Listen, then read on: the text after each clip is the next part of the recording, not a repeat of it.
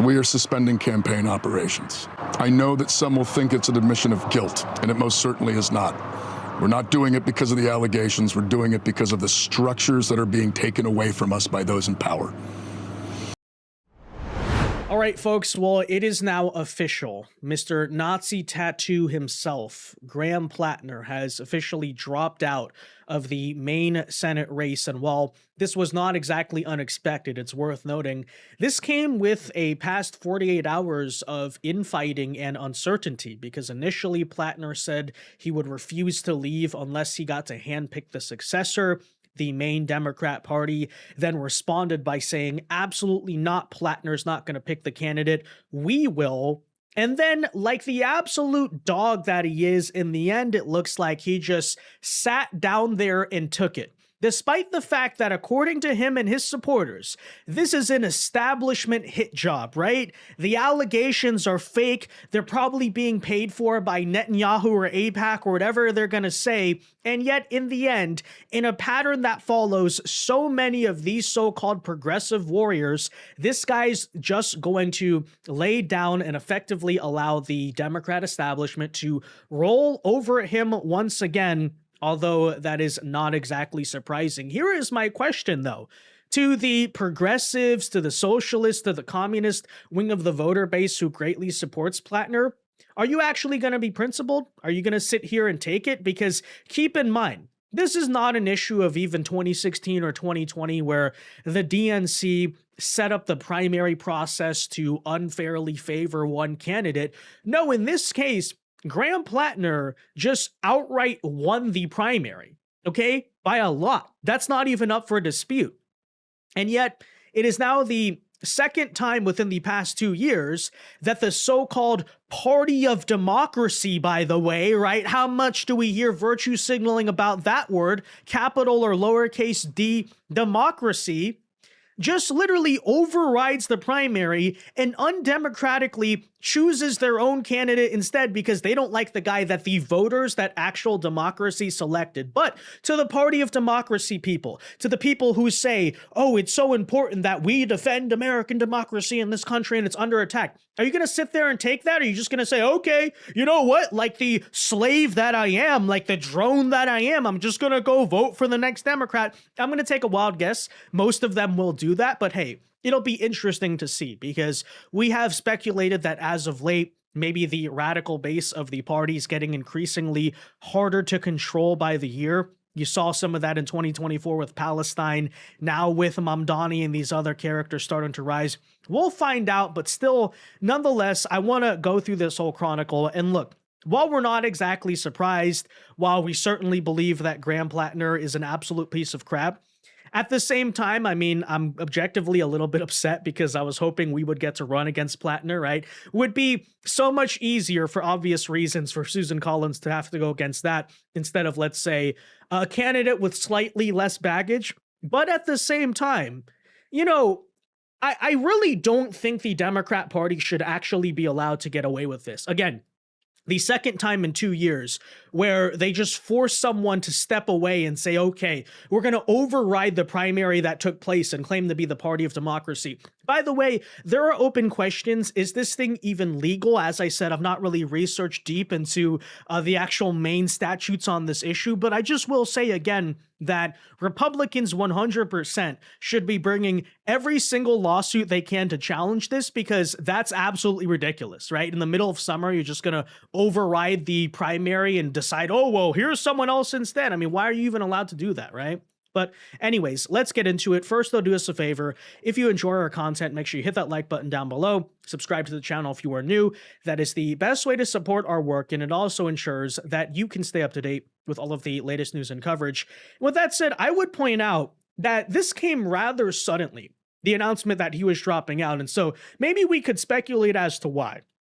Did they maybe try to make a blackmail attempt? Did they say, hey, we're going to take the rape allegations to criminal court if you choose to stay in the race? Honestly, I think that's 100% a possibility. But I would point out, for example, that as of even 6:23 p.m. Eastern time tonight, the Platner campaign was still remaining defiant, saying that they first want to hear from their supporters before any announcement was made. Well, within the span of like an hour, not sure you had a lot of time to focus group that with your supporters. We, of course, got the announcement he would be dropping out. And take a listen. Hey, everyone. It's Graham Platner here. I think as many of you know, over the past couple days, I have faced some very serious allegations, and I just want to make it clear, this is all false. The things that have been claimed did not happen. It's not real. It has placed an immense amount of weight on me as I think about what needs to happen now. Amy and I are regular people. We were not looking for this experience. We were not looking to get into politics. We had no desire to run for office. I just want you to think about like what you would do as a regular person in a position where a much larger world, large forces were working against you personally to accuse you of the worst thing that a person could do, and it was not remotely true. Okay, well, again, I'm going to say, if it's not true, if it's just an establishment hit job by the bad actors, then why would you just give up and not try to fight it? Why would you just decide, okay, well, now I'm going to leave the race. Aren't you supposed to be this strong anti-establishment warrior? And then the moment that people just start doing what they do in politics, which is generic mudslinging, and that's all that it is, according to you, right? They're not serious allegations. They're completely false. You're just going to say, oh, well, what is a normal person supposed to do in that situation? Well, first of all, you're not a normal person. You are effectively a trust fund baby who has continued to LARP this whole time as this working class hero, although we already exposed your entire life story to be a lie. But then secondly, okay, dude, you're supposed to be fighting the system. So much for fighting the system, right? The system basically threw one punch at you. It wasn't even true. Oh, well, I'm going to leave the race now, right? I mean, folks, we've seen countless political candidates, frankly, on both sides end up getting elected despite allegations like this. Donald Trump obviously comes to mind, the confirmation of Brett Kavanaugh, but let's not forget Joe Biden, same exact thing, probably a lot more examples that don't immediately come to mind, but have happened throughout the years. But here is the thing, and here's what the truth is. There probably is some reality or some credence to the allegations. And I think that two things can be true at the same time. Perhaps the allegations are credible, which is why he's dropping out. You know, you can call it false all you want, but you know, you're being if they're pressuring you out the race, clearly there's something going on there. Because let's not forget, the Nazi tattoo thing did not pressure him out of the race. Calling himself a communist did not pressure him out of the race. Heck, even the prior sexual assault claims did not pressure him out. Why is it that this one suddenly does? Kind of a open question that needs to be asked there. But at the same time, it can also be true that, yes, this is obviously being weaponized by the Democrat establishment. I think, as we sort of hinted at previously, there's something very specific about the timing of all of this. Likely they knew this story would come out in direct general election season and would be used by Republicans. So I would actually argue what Democrats have done here is a very dirty game where in the middle of July, when they still, I guess maybe it's before the deadline, they have time to switch out the candidate, they're just going to get in front of it so that way they can actually do the switcheroo. Because legally speaking, if this happened in September or October, it would be very difficult to actually do that. So yes, two things here can absolutely be true at the same time, but I'm just going to say that for the anti-establishment warriors, if you really believe this was a character assassination and all that stuff, shouldn't you stay in the race? And by the way, shouldn't the progressive leftists who are ride or die for him, yeah, Graham Platner, you know, we don't care what his baggage is, we're going to vote for him because he's the best, the establishment's only trying to slander him. Shouldn't you be more up in arms right now, folks, Graham Platner supporters? I mean, don't get me wrong, as we've covered, there's a few. Cenk Uygur, for example, went out and said that was a complete character assassination. But by and large, Bernie Sanders, Rashida Tlaib, AOC, all of Mamdani even, all of these people just basically, threw him under the bus over what is, again, supposedly just a gigantic lie. So either one of two things has to be true. Either we are vindicated from the beginning, as we try to say, and hey, we're always right. It's so true that Graham Platner is a complete piece of crap and a dirtbag, and he actually did do it. Or that B, our secondary theory is right, and that's that every single time the supposed anti-establishment progressive warriors just freaking bend the knee or do whatever they want, and they're just going to sit there and take this, right? I would actually, we made a lot of comparisons to Biden, and those are 100% accurate. But I actually think on a level, this is kind of worse than Biden, right? Because at least the writing was on the wall for Biden. You understood, well, after that debate, he's too old, all of these things. Graham Platner just straight up won the primary and was ready to go do all this whole thing. And, I guess you could say the same did sort of happen to Biden, but maybe on a more direct level. They just straight up morally blackmailed him to get him out of the race, and you guys just sat there and took it, which I find to be very interesting. Now, of course, one could speculate that the reason why Platner decided to drop out is because he got his guarantee, right? Remember, he was saying he wants to be the one that picks the successor. And we'll see what happens on that front. But as it currently stands, it appears that might not actually be true.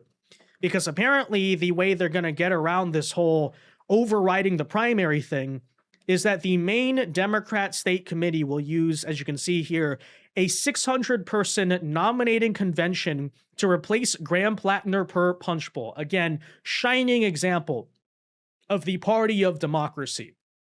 We're going to just have 600 Democrat delegates override the will of the voters and choose someone that we wish and we believe to be more electable. Absolutely ridiculous. But hey, again, that's the party of democracy for you. No one's going to say anything or cast doubts on that. Because as we know, when they virtue signal about the word democracy, that doesn't even actually mean anything. You know how it usually goes.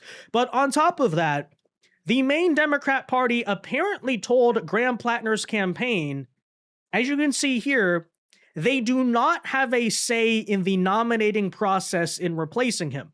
Which is to say, they're not going to let Platner do the Biden thing and handpick the successor. The delegates are going to choose.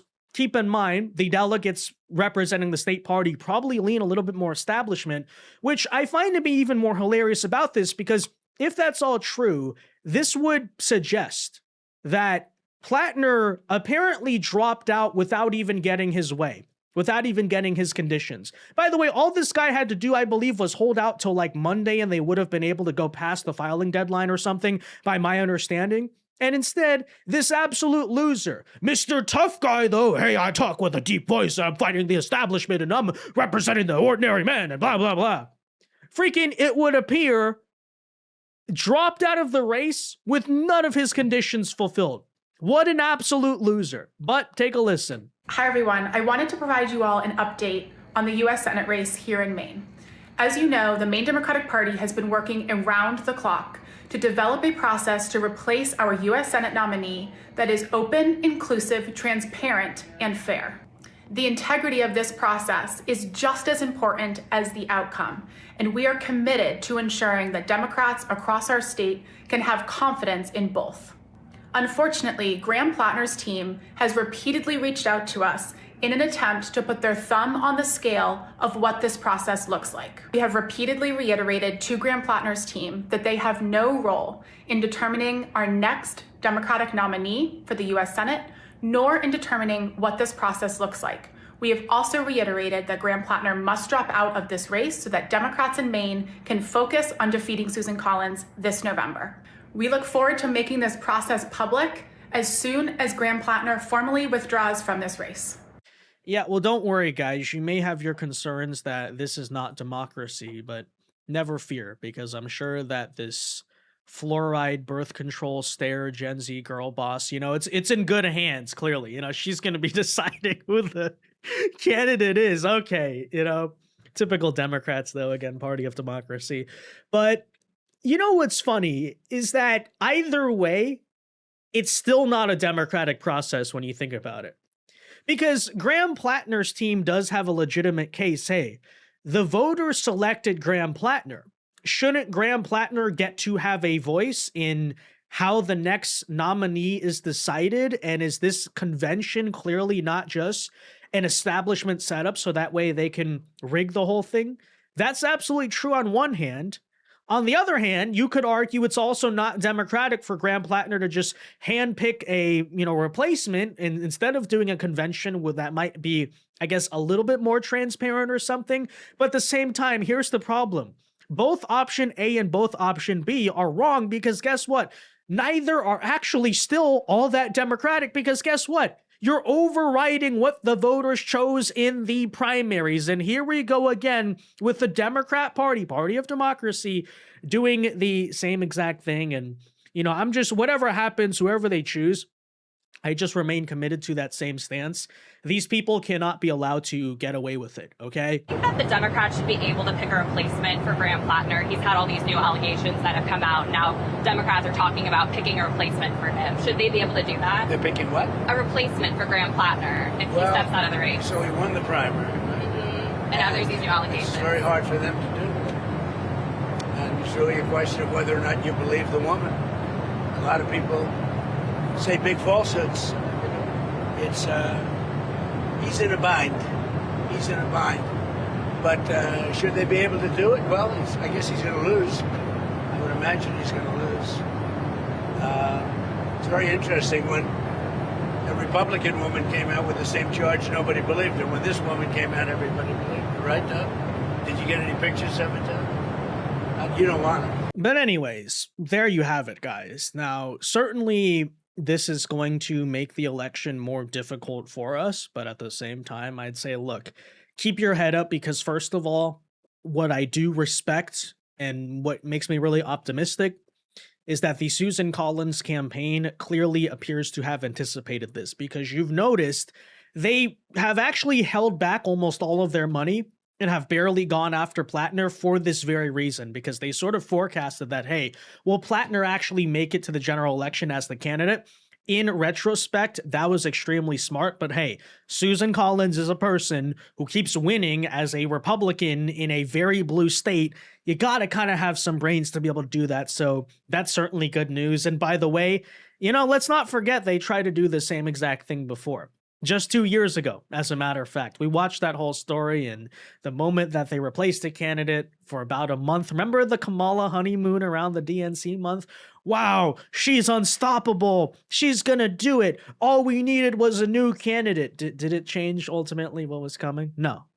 So I'm not saying Maine is the 2024 election or the national environment, but it is to sort of say, well, let's try to fight them, first of all, from being allowed to do this. But then secondly, if that is what it is and the writing's on the wall and they're going to replace the candidate, okay, well, let's just stay vigilant and ready to find out who that's going to be. And, hopefully we can convince the left-wing base to some extent that this is not something that they should view as acceptable. Who knows? We'll find out. But hey, especially, right? If you're talking about, let's say, kind of reminds you of 2024, doesn't it? A progressive wing of the voter base who's very passionate about certain issues, and they get cooed out of their democratically elected candidate by some just like sleepy establishment Janet Mills style loser. Hey, I mean, is that actually going to perform better substantially than Graham Platner would have? Who exactly knows? I don't know. But anyways, that said, there you have it. Let me know your thoughts on this in the comment section down below. Be sure to leave a like on this video, subscribe to the channel if you are new, and until next time, God bless and peace.